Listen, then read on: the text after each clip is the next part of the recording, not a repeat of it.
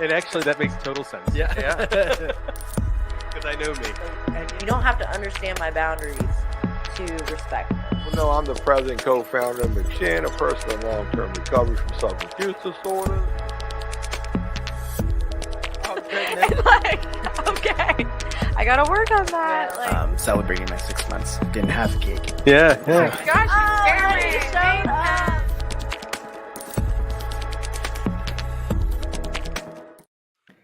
Hey, everybody, and welcome to another episode of the McShin Foundation's award-winning recovery podcast, Get in the Herd. I am your host, Nathan Mitchell, and I am here with, I know this is going to be fun because we've been having the best conversations already, but I'm here with this guy, Charlie, and let's be real. Let's call him Dr. Charlie Tarasidis. He's got a last name that's difficult for me to pronounce when I look at it. Just like Art over here, I want to say shout out to our producer, Art Argyris. I got it. All right. Argyris. Man, today we have Charlie on to talk about, well, first of all, Charlie is an assistant professor at Virginia Tech's Carilion. How do you say that? Carilion, excuse me. I should have looked that up. School of Medicine. He is a pharmacist like my grandfather was. Probably not just like my grandfather, actually. He's probably a lot different than my grandfather. But he's coming to us today to talk about naloxone access, medically assisted recovery, and anything else that comes up, man. Charlie, I am so glad to have you here today. How you doing? I'm doing good, doing well. I appreciate the opportunity, to come and chit chat with you. We've had some pretty lively conversations. I shouldn't have done that while you were taking a sip, though. Some pretty lively conversations. And the fact is, for everybody, I just met Nathan a week or two ago back, and my name was dropped on him as a resource, and look what happens. You get pulled in to do everything. So this is how but this is how we get things accomplished. This is how we do it. It takes a village. It takes a village, yeah. You write the song right now. I'm stuck. I might be getting short timer syndrome these days. Senioritis, as it were. It's getting long in the day. It's nice outside. The pool's looking good. But what really comes to mind here is that I reached out to Danny Avula, who is the commissioner at DSS now, right? He was previously at Virginia Department of Health, local health department, and I was looking for resources and access to naloxone because I thought about, here we have the McShin Foundation. We have this incredible recovery community organization. And I thought we have all these meetings in the building that are after hours when a staff member isn't necessarily present. I know where the naloxone is if there's a problem, but does anybody else? And I thought, well, hey, why don't we get something called a nalox box or something analogous to that and install that in the bathroom here, easy fix, right? Have it right there and ready to go. And I was kind of run into a little bit of, well, wait a second, you really can't do that. And I thought, well, why can't we do that? That seems insane to me. Naloxone is proven to save lives. It's proven not to harm somebody, even if, they're not overdosing. It's just a thing that you use to save a life. And that's kind of, in my view, my uneducated, perhaps non-pharmacological viewpoint, that this is this life-saving thing. Why can't we just have it out and available? And so I thought, well, wait a second. What do we need to do to change that? So I reached out to somebody who connected with somebody else, who connected me finally to Charlie. And then I had this incredible conversation with Charlie to talk about dispensing naloxone through some I don't want to take it from you what you want to talk about, but let's talk about what you're going to do, because I think that's, if you're okay with that, I'm keen to talk about it. No, I'm good. But I will tell you, anything that I have to say, do, process, look at, and even recommend is from me. It's not from my employers or any other areas. This is Charlie. You get the real skin here. Okay. I'm going to tell you like it is. It's black and white. I mean, I hate gray. Basically, Narcan or naloxone, came around in the early 60s, and the drug was developed truly from an individual that was trying to treat constipation induced from opioids. I didn't know that. Okay, now you really see how this kind of foreshadows how all of this is turned into, right? Okay. Stool. But anyway, so the unfortunate thing is his grandson died of an overdose a few years back. And at that point, it was widely available, and he didn't even know what it was being used for. So the progression of the drug has really run its gamut, but it's a prescription drug, okay? And because it's a prescription drug, it needs to be monitored as a prescription. And you just can't put prescriptions in a box, okay? It'd be like taking antibiotics, whatnot. Here, help yourself, okay? So I understand the regulations and the legalities and things of that nature that surround that. And until we can get legislation to change things, it's going to be complicated. One opportunity that we have found is approaching the Virginia Board of Pharmacy and asking and applying for an innovation pilot.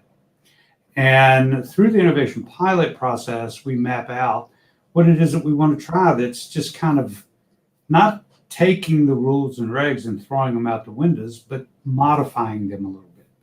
And we came up with, the Narcan vending machine. So basically, and you see these in many other states, and they're pretty much used by harm reduction sites for Narcan, needles, safe use kits, pipes, and other paraphernalia that's needed, odds and ends, right? This is probably the only one that's gone through the Board of Pharmacy for approval to be done in a regulated manner. So we're in the process of, getting the machine, getting it purchased, getting it built, getting all these things done. But all it really is creating a machine that is automated, that if I were to come to Nathan and say, okay, Nathan, I'm gonna train you virtually in a forum like this, or somehow, some way I like eye-to-eye contact. And, we do a training. And I said, okay, well, just give me, some credentialing here so I can put in a code for you. Give me some information that I can use, dates of birth, initials. So when we're done training, I will give him an access code. He just goes to this machine, punches in his access code, and out drops a naloxone. And then there you have it. It's that quick. You will be trained. It's all done by regulation, and you get the product. So, cool concept. That is fantastic. And I'll tell you, Charlie, just last night we had a Revive training here at McShin, and we do them on a fairly regular basis. Certainly let's see, how do I say this without putting myself into well, let's just say that everybody knows how to use Narcan in all 15 of our houses. There we go. Sure. And it's available all throughout the house, in all the houses. So we were doing this last night, and I was talking to Art, our producer, yesterday during the day about the show, you and me today. And he was talking, he was saying, well, how about with everybody who leaves here? We make sure that everybody who leaves here has the Revive training before they leave. I mean, it's available all the time, but we don't make it requirement before you leave. And it's like, oh yeah, what a great idea. So Art's in the process of working with our people downstairs, so to make sure that our exit plan includes Revive training and leaving with Narcan. Okay. And it also for the reality is most of our exits aren't exactly amicable. So, making sure this was the thing that we talked about, was making sure that everybody who leaves with Narcan, regardless of how they leave. So I thought that was really cool, Art, that you said that. That made me really happy. Yeah. Well, and it's a real easy concept. You think, well, okay, we try to do all these things in a very, sci-fi, technologically kind of sophisticated. No, it doesn't take that. Really, you obtain a training, you become a trainer of trainers through DBH, through the Revive training class. Art could become a trainer, Just that simple, right? And I would welcome Art to be a trainer. And then he's trained. So then as people come through, he trains them, right? Yeah. And then you apply to VDH through the harm reduction end, Virginia Department of Health through their harm reduction center. Bruce Taylor is there, and he'll help set you up as a naloxone distribution site. Okay. So you register with the state and they send you free Narcan. Okay. So Art trains, he labels, he hands, they leave. Everybody's got Narcan. I mean, it's a very simple process. You know, if I happen to leave the Narcan in the bathroom downstairs, and if somebody else uses it, how much trouble am I going to get into? I know you're not a lawyer. Well, no, I'm not a lawyer, but I will tell you, there are some in the civil service that try to make issue with that because using another prescriptive med for somebody, right, is a felony, right? And again, as we started this whole conversation, it's a prescriptive med. Okay. Now, as you look through all of the process, all of the things that we've had and the public mandates and all of the emergency legislation and everything, try to save as many lives as we can, this particular drug can be dispensed by lay people. Okay. Art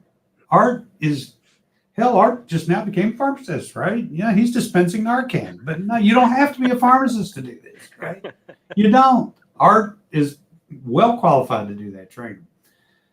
If yours was placed down there and it was yours and you can't remember, oh, Joe, where'd I leave it? Okay, well, I've got to go find it. Well, then it got used in the process. Well, you make due diligence. Just try to track and find and do what you can. I mean, we want to offer as much of this as we can out to people to use it. I mean, we know it's going to help. Going through proper training, though, okay? The felonious prosecutions and things of that nature, they're pretty much leveled, right? And that was really smart when they set up all of the Revive training and they made Narcan available for people, okay?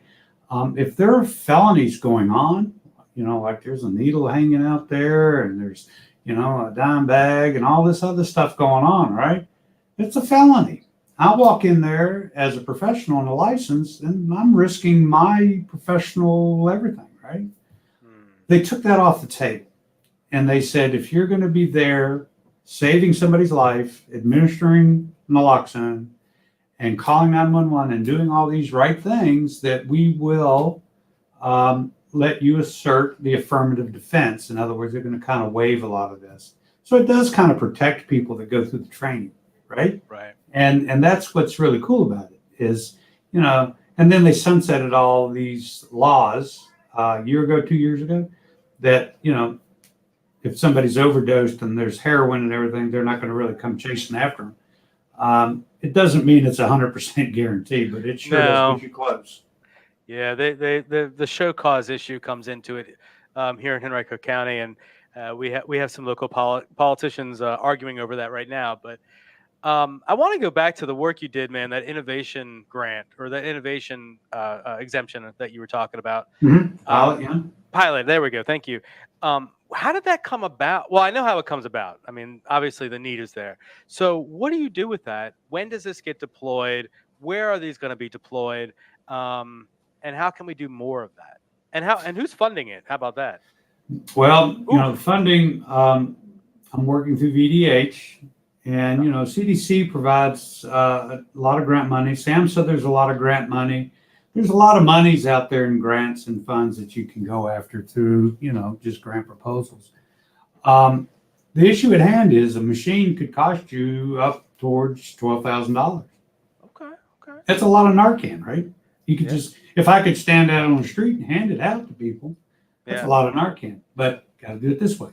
So we're basically, to get the product built and deployed, it's going to take, again, we couldn't pick a better time to do this with supply issues and production that kind of crap. So it's like a 6 to 8 month build out. Okay. I'm still trying. I'm 3 months in since I got the approval on the 24th of April. So we're still getting the money appropriated. So as soon as the money's appropriated and the purchase happens, I expect to be full into about a year on this. But that's okay. My whole purpose to do this is to show that it can be done right. Right. Okay. And if I can do it and show the Board of Pharmacy that it can be done, then others, I hope, would follow suit. And there's a lot of grants and a lot of people want to do these. So if we know that the road is paved, there'll be a lot more people wanting to drive it, so to speak, right? Right. So, I just got to validate it. I just got to make sure that if I put in 100 doses of this medication, I can tell you where all 100 went, okay? And that these 100 were trained and that it was stored correctly and that it was accountable and these sort of things. I'm going to collaborate with one of the local community service boards, New River Valley Community Services. Great gang of people. I'm actually going to be putting it in a peer recovery center. Okay. Because the peer recovery center is on the outside wall of the CSB, and the board wanted me to have it either inside or attached. So the peer just happens to be on the other side of the wall. So that kind of worked out really great. So that I'm excited about it. I really am. I've got a great group of people that are working on this. It's been an initiative, I think, that we've been working through on several levels with SAMHSA. We have a coalition here within the state, Virginia Overdose Prevention and Resource Collaboration. And, we just have like-minded people that are sort of subject matter experts in their fields, judicially, treatment, and, all over the board. And we all, by creating this coalition and collaboration, we learn how to break barriers and go forward. So it's it's kind of like, how in the hell did you find me, right? Right, yeah. You went through X people, but you found me, right? But what am I going to be able to give you back in return? Okay. What am I going to be able to give you? I don't know. No. No, but I mean, this is how we address issues. Yeah. We level the playing field and we attack. We get it done. So you mentioned a legislative fix. Now, my understanding, a legislative fix, and I think from our conversation, that would have to be on the federal level because we're talking a federally controlled substance. Why is that a problem? Why hasn't that already happened? Do you have any thoughts on that? I realize that was out of the scope. Yeah, and really what it means is that the FDA would have to come through and change the status of the drug to basically an over-the-counter drug. Okay. But it could be done, right? I mean, what did we do to Sudafed? Right. Okay. Sudafed is an over-the-counter drug, but can you just walk into a pharmacy and buy it? Nope. You got to go to the counter. You got to get it. So even if you were of that nature, you change the status of the product, then it makes it more available. If we were able to get past the whole barrier of putting free things in pharmacies, and we could collaborate with the state harm reduction through pharmacy, right, is another thought. And I love this one, is supply free Narcan to everybody out in the pharmacies and let people come in, get trained, get a Narcan and leave. Okay? Yeah. The only issue with that is staffing. You gotta have staff. Pharmacies are stressed out as it is now with everything that we've got to get done, and it's hard. And the ones who really need it going to walk right into a pharmacy and say, "I'd like to get my Narcan." No. Okay. So I'm a firm believer you've got to meet them where they're at and take care of it. So, but now I will tell you, Kentucky did a real cool thing with needle sales, and they basically removed it from paraphernalia and allowed it to be sold from a pharmacy for legitimate use, which is people who use drugs. That's a legitimate diagnosis, right? Prevention of disease in people who use drugs. That is a legitimate ICD-10 code, right?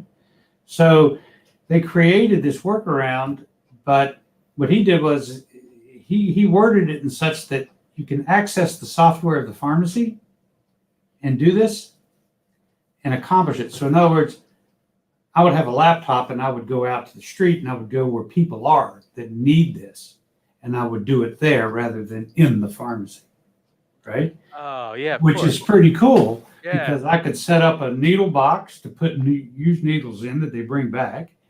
I could sell needles out at, nickel a piece instead of the $5 a piece that everybody has to pay on the street if they're going to get them. And then they don't want to get rid of them, so they just keep reusing them, right? Yeah.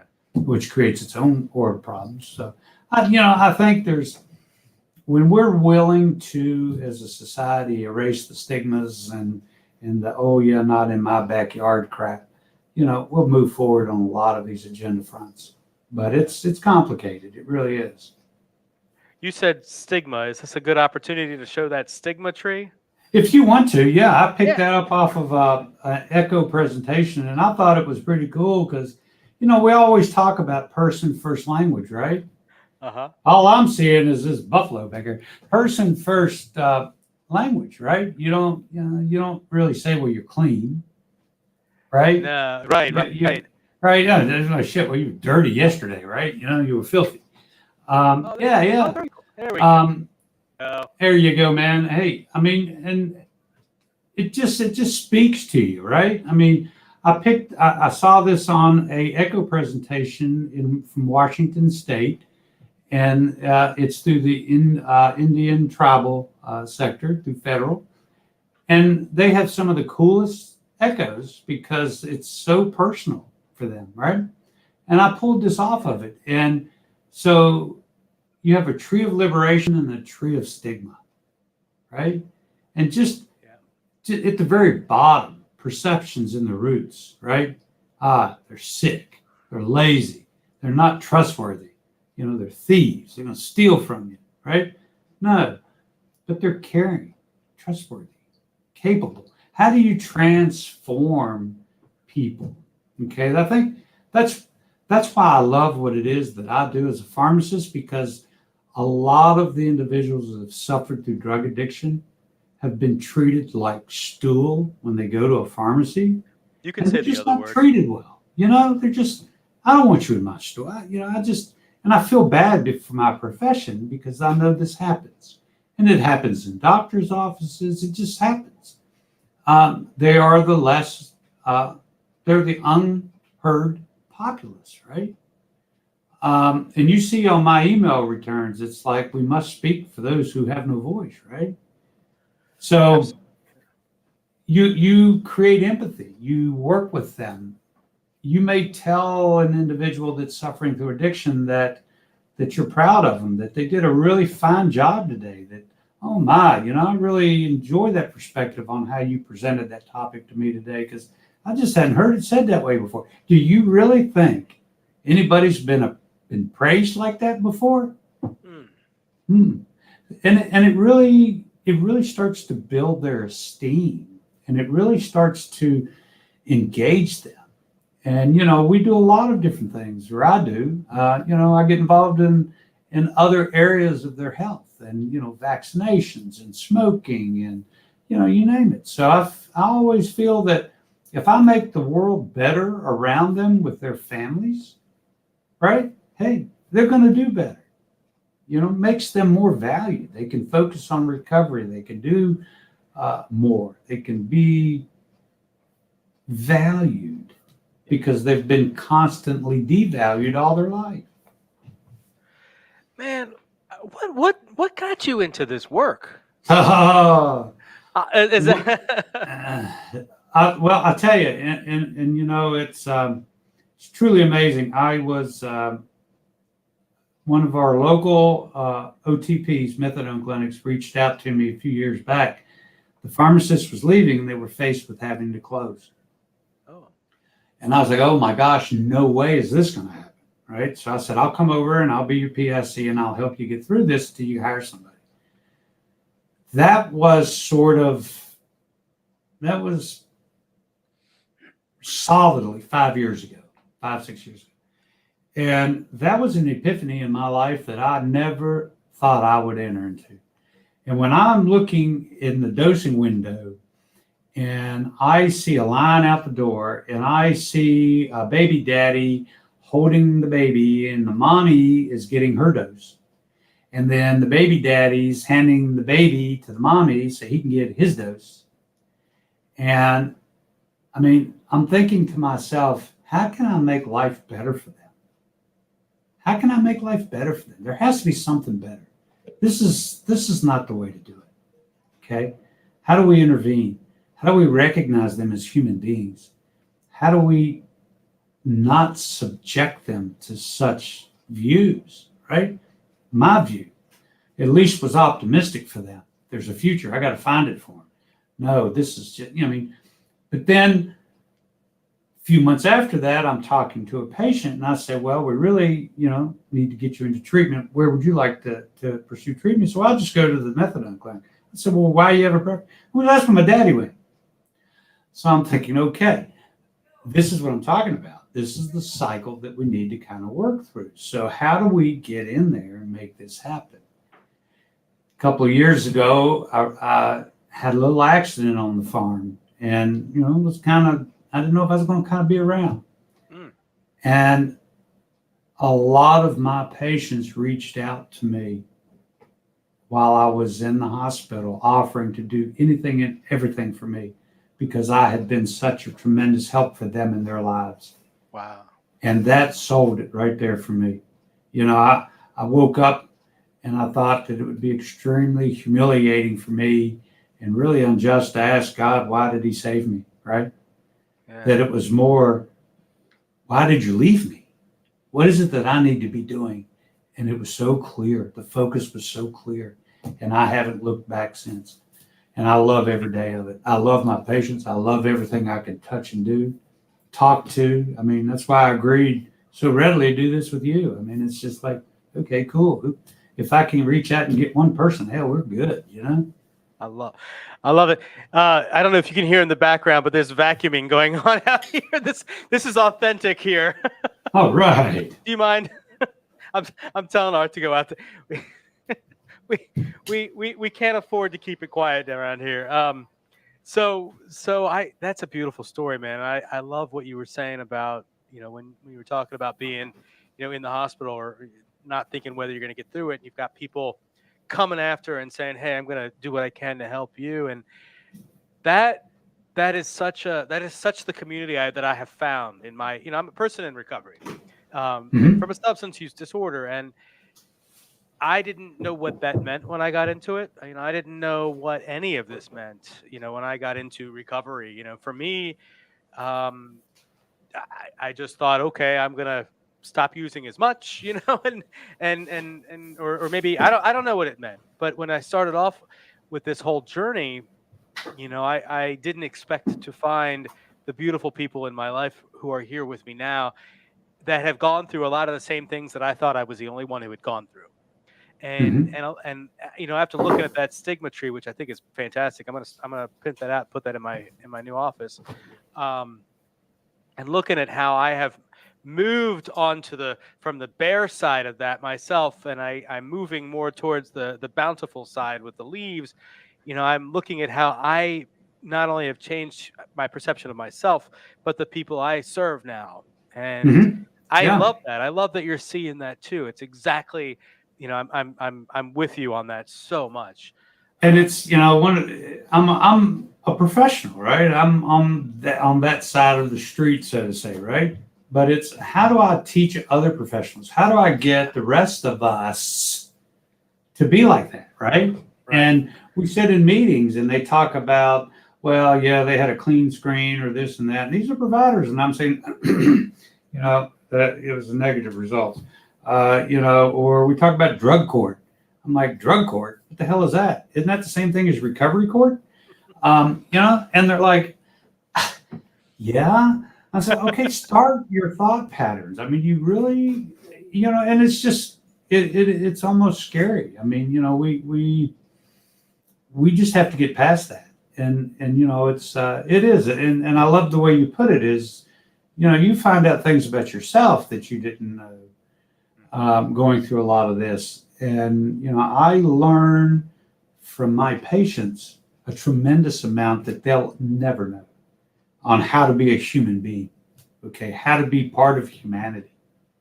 I'm learning from them how to do that. I thought I knew, but they're teaching me a tremendous amount. And, and I tell them every time I see them, look, hey, I love you, I love you. You're helping me. I had the honor, the privilege of speaking on a panel at the Virginia Summer Institute of Addiction Sciences last week, last Sunday, or the Sunday before this past Sunday, and on advocacy, but which was wonderful and brilliant and great stuff. And I did bring this up a little bit as part of that conversation, but what I noticed throughout the entire conference, and this gives me so much hope, and it's just how much the counselors and the people, how about this, the people without the lived experience of addiction are coming around to really valuing the voices of people with lived experience in the addiction services field there. Anybody we need to call? Okay. And so what I liked about that, the valuing the peers, which has become, You didn't see that. I don't know what you're talking about. There's no recorded evidence of that anywhere. I know. Go ahead. No, but so valuing peers in the space, and what I'm still new in this, right? And I'm coming into, I'm putting myself into more and more spaces. I'm sitting at more tables. I'm making myself put it, and because the work is there, it needs to be done, and there is value. Like, it seems to be getting more. What am I getting at? I'm sorry, I lost my whole freaking point. The value that it's coming from the professionals. What I'm saying, I'm riffing off of what you said about clean screens, especially because that was brought up in one of the sessions. People saying, we don't discuss clean and dirty screens when we talk about diabetes. When we talk about the results, we talk about sugar levels or whatever levels, right? But when we talk about drug screens, we say, even still, I struggle with clean and dirty. I say, right. I work in this industry. I see them all the time, and it's like, dirty screen, dirty urine screen, and I'm trying my darndest to get out of the habit of doing that because it's not serving our population well. Well, and I think that's just how it's been. I mean, I bring this up all the time within our clinics and the MAT clinics, and I know we'll be jumping into that in a little bit. Yeah. And I'm talking about, well, I hate this term clean or dirty screens, but it's even the peer recovery individuals, it's the others that have been through this that still use that terminology because that's what they were taught. That's what was ingrained in them. And that's just what flows off their tongue. And it's hard to beat that. And, so take it and manipulate it and change it. I don't know how, but we'll figure it out, right? I mean, being cognizant of it is 99% of the way to fixing it. Okay? Knowing it's a problem. Well, and a lot of us, with lived experience a lot of us have used the 12 steps. And so there's that discussion and how the language of that. And those of us who have gone through the peer recovery specialist training, the 72-hour DBHDS training, at least we've got some idea of not doing that. It's pushed in that training, and more so. I mean, I know it's more and more so. At least the people I know go through that training. So we're working on it within ourselves. I think it's a really important thing that we do here at the McShin Foundation when we talk about recovery. We have classes, groups that we discuss the distinction between how we present here and here and here, and to be, better advocates for ourselves. But anyway, you brought up MAT, And so this is something that I can't find the darn news article, but there was a news article a couple months ago about access to MAT out y'all's way. And I want to talk about that. And is that really a problem? Is it something we need to address? And why is it a problem? At what level do you want to attack that? I mean, we got another 25 minutes. No. And I'm trying to. It was in the Virginia Herald. Is that? I think that was it. Was that? Oh, maybe. It was down in Tazewell, and we have an OBAT, okay, office-based addiction treatment now, OBAT, down in Tazewell. And the other is a Suboxone procurement problem, okay? And I know these are some big fancy words that say that there's just nobody stocks the drug. We've recognized and are dealing with that pharmacies don't stock, a lot of pharmacies just don't stock buprenorphine, okay? It's valued drug for treatment. A lot of pharmacies don't stock naloxone. Okay, they just don't. 12 to 15 to 20% maybe know that there's a standing order for the state to be able to do naloxone from the pharmacy. It's just not on their radar, right? We've had conversations with, SAMHSA Region 3, Substance Abuse Mental Health Service Administration. Trying to figure out how to do a better job with this. We need to train professionals. We need to create curricula so that individuals can learn how to value this individual, right? The patient coming in to get the medicine for their treatment. It's a very complex system that right after that article, as you bring it up, that patient actually drove an hour and a half and came to our pharmacy up here, and we filled it. Okay, because we're not going to pass judgment on this gentleman, right? He needs his medicine. It gets into wholesaler issues. It gets into DEA monitoring. When the whole opioid gig became a problem, everybody knee-jerked and put regulations in place, and we're still trying to sort of calm the spasms of the knee-jerk, right? Calm the spasms of the knee-jerk. Okay. Thank you. Okay. No, pendulum swung too far, right? We're just trying to bring it back to the middle. Everybody's fearful. We've got prescribers out of, 6 states away sending in prescriptions that we don't have any idea who this person is. And I mean, it makes the whole thing complicated, and it puts the onus on the pharmacist right there who's making his livelihood and living, right? But that's okay. We accept that responsibility. But we have to do our due diligence. We have to validate that this is legal, the prescription's coming from a licensed practitioner, all of these things. Those hurdles get jumped first, and then you make sure the medication is there. So yeah, it can be complicated, but also if these pharmacies establish relationships with the local treatment programs, then it becomes non-issue. Okay? Right. And that's where I think we jumped the edge on it here within our center. We work with all the treatment centers and the providers. I mean, they're all on first name basis with us. And I mean, we're a big system. And we all first name basis. We all talk to each other. We all know what's going on. We all know the patients. And, when I'm sending in prescriptions and getting these things done on behalf of the physician or the provider or the midwife or nurse practitioner, it's going to the pharmacy who understands that this is okay. So we continue to order this product, and then our wholesaler sees, okay, well, they're ordering X doses this month, which is within their norm. That's what they. Now, if I were to go in there and order 10 times that volume, my wholesaler may say, hey, I think I'm going to hold this order for right now until I can get a little more documentation. That's what they're supposed to do, right? But when people start blaming everybody and saying, well, it's the wholesaler problem, and the wholesaler is saying it's the DEA's problem, and the DEA is saying, the pharmacist is the problem. And, It's everybody's problem because who's getting screwed? Okay? It's everybody's problem. Everybody's got to own a piece of it. So we all own it, we all fix it.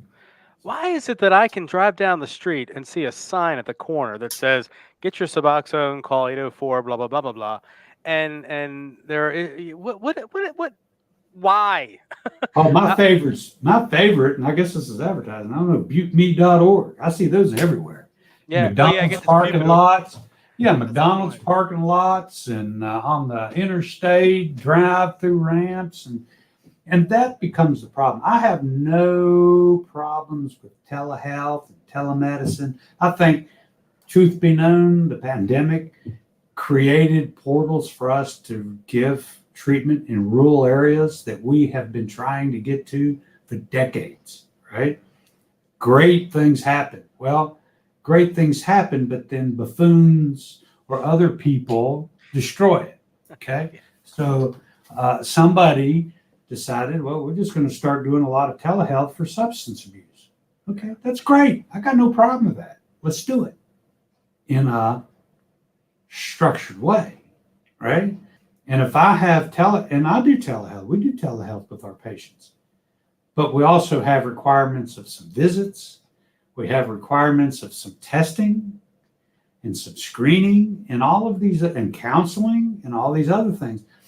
I've called a few of these just to check on them, right? And they're like, oh, okay, you send me your $100 and I'll send you your prescription, you know? Yeah. I don't want to say they're no value. Everything has value at some degree, okay? But when I have a provider that's sitting in California or Florida sending a prescription for a patient in this pharmacy and the guy is sitting in the parking lot, right? How am I supposed to establish a patient, physician, pharmacist, triangular relationship? Yeah. I mean, I don't even know who the hell this provider is. 7 states away. Okay? That becomes a problem. But I can get past that. We can work that through. We can figure those things out. Okay? We can validate. We can do our due diligence. The problem is, now here's the where it's going to catch you. Instead of having 2 MAT programs in the area, I've got 50. All right? And you've got people seeking recovery. Are they going to take the hardest path or the easiest path the first time around? Right. The easiest. Okay. Yeah. So all of a sudden we get flooded with prescriptions and they're all going to the pharmacy and the pharmacy's trying to order it and the wholesaler is saying, damn it, that's too much. You'd never order this much. Ding, ding, ding, ding, ding. Now you see what we've been saying is we've got all of these things going in a coordinated fashion, doing the right thing, but it's silo, right? We got to get out of the silo. We got to figure it out. It's everybody's problem, right? Get in the damn car and go to someplace, right? I appreciate your optimism by saying that everybody's doing the right thing, but I'll gloss over that. I have to say that, but you know, I have to believe if somebody's trying to help somebody, they're doing the right thing. But how they do it's maybe a different thing. I don't know. But you're right. Everything does have value. I've learned in recovery that everything does have value. Sometimes it's to teach me not to be there or do that or be by that person again. But yes, I agree. I've learned never pass judgment on anybody. That's just, you know, that's their course. They want to do it. I still have to put my head on my pillow and sleep at night. Yeah. Yeah. Well, what else is coming down the pipeline, my friend? Man, I am so glad I met you. I've been enjoying talking to you over the last couple times we've spoken. What else is going down the pipeline for you? Oh my, we're I think one of the most exciting things we're trying to do is we're advocating tremendously through different organizations and agencies and professionals to really create in the recovery courts MAT. Many of the courts will make it a requirement of graduation that they're drug free, completely in sobriety. Yeah. Don't choke on your drink, okay? But it's, when you have something that's best practice and it's clinically relevant and it makes sense that, okay, I'm taking my buprenorphine and I'm taking my 16, 20, 24 milligram, whatever, right? Every day. And I go and I do my screens and I do this. And then I get this, I got this and I'm in court, right? And everything. And they're telling me I got to get off this stuff because I'm just addicted to this, just like the other stuff, right? And you're not getting rid of the drugs. So you want to graduate from drug court and have your felonies expunged, then go ahead and get off the drugs. They get off the drugs, they relapse, they either overdose or they're back in jail, right? Doesn't make any sense. So we're really pushing hard to advocate for that because to us, it just makes good sense. I mean, it really does. Holistic treatment. I mean, huge numbers of individuals who use drugs have coexisting diseases. Okay. Oh, yeah.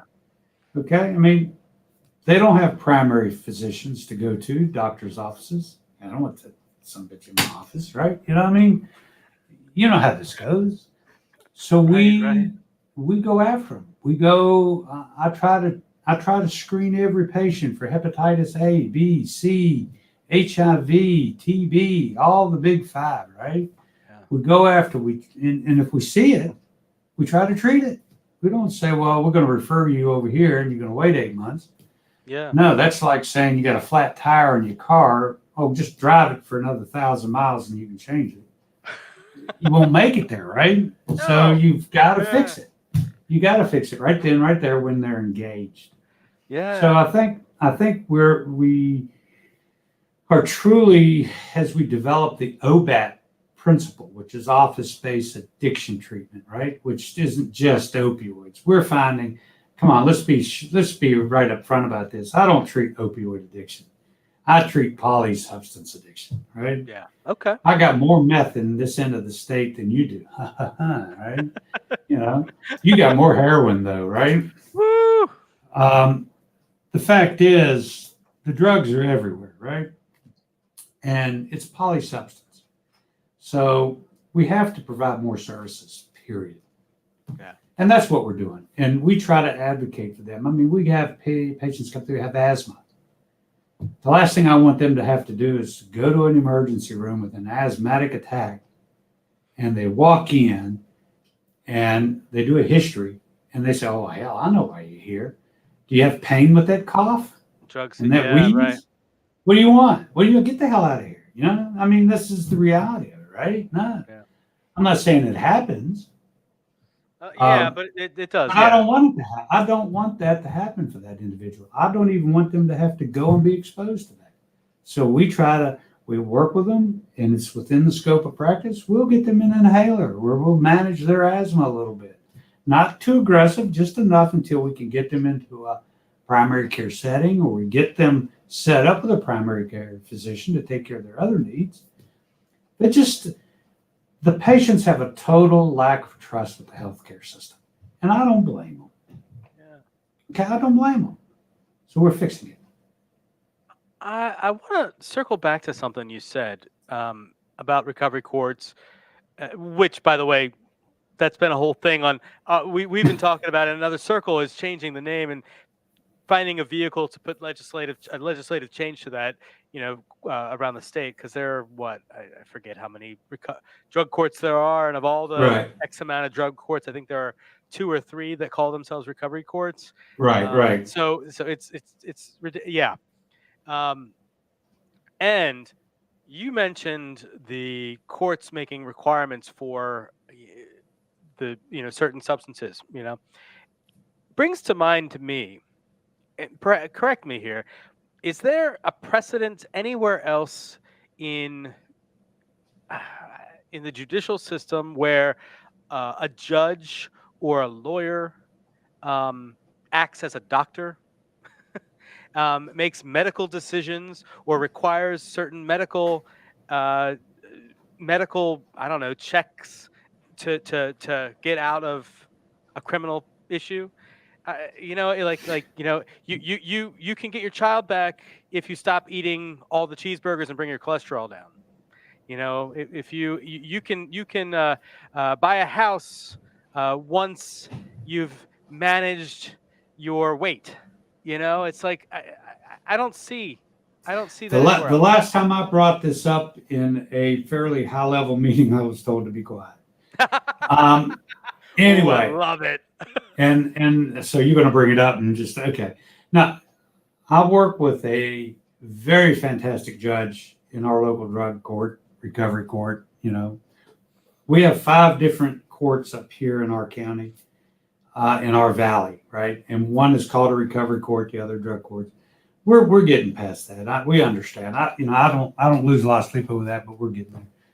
And he's told me, he said, I'll be damned if I know why a lawyer thinks he needs to practice medicine. I just don't get it. And I said, okay, I understand what you're saying. But in their mind, Nathan, it's purely judicial. They don't see the distinction. They just don't. And therein lies how we have to proceed, and how do we have them come to the conclusion that they're doing the right thing by leaving them on the MAT, right? Yeah. I mean, I can show them case after case where we've had individuals go in, come off their medicine, relapse, and have an overdose. I've seen it. I mean, there's documented literature. I do know in the federal court system, it's mandated that if they get federal monies, you will have MAT. Okay. But you get into, how does it probation that's dealing with it? Or is it the jail? Is it the prison? Is it state? Is it local? I mean, it just one rule, cross the land, get it over with, right? I hear what you're saying. I really do, because it just is too complicated. Yeah. I said during the panel at Thesis the other day, what I thought wouldn't be such a big deal, but I said, judges and probation officers should not be making medical decisions, and everybody applauded. And I thought, well, gee, I mean, seriously, duh. And yeah, so Patrick up here. Patrick Jones says, we get a comment here. Don't drink soda for at least 3 years and you get the trust of your community back again. Okay, yeah, that's a very good point. But Nathan, you don't get any arguments out of me there. All I can do is just keep pushing the agenda and try to work with them. What I'm trying to do is work with other judges that have a good, firm understanding. We go to their local meetings. We go to their local organizations, and we make presentations, and we try. All we can do is just keep trying. At some point, they either get sick and tired of listening to us, or somebody mandates it. So it just is the way it is. I will tell you, one of the other pleasures of the work that we've done is neonatal abstinence syndrome. Okay. And if you're not familiar with this is where pregnant females who are in active addiction come through pregnancy, and they deliver, if they're fortunate to make it to full term, a baby. Okay. And that baby, when born, will suffer through abstinence syndrome, which is withdrawal. So with neonatal abstinence, what's happening is we are dosing the young infant, neonate, with methadone or morphine to counter the withdrawal that the baby is going through for a period of days, weeks, whatever, until we can get the child back to a good point.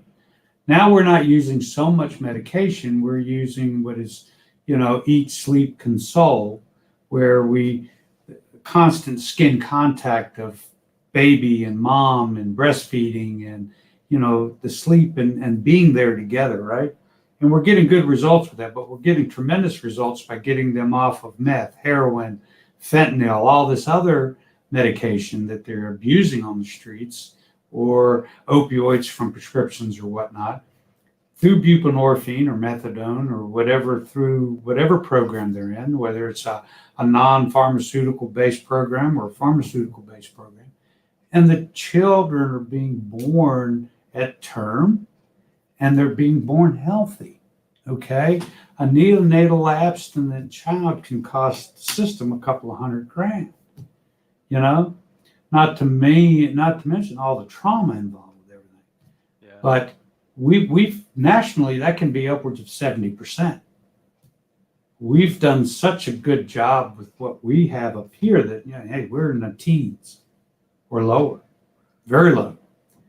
And, you know, that's when you have to hold a neonate that's going through withdrawal or you see it, it really puts a spin on what you need to do in life. Yeah. You know, that's a piece we don't see. Charlie, I hope you'll come back and join us again for another show sometime in the future, man. This has been a pleasure, but we need to wind it down right now. But I want to make sure you have an opportunity to say anything you want to finish off with. But before you do that, man, I got to tell you, this was a blast for me. I appreciate everything you've said. I appreciate every conversation we've had leading up to today, and I look forward to having to being in spaces with you going forward. So thank you for that. What do you have for us here? Anything left? The one thing I can say is thank you.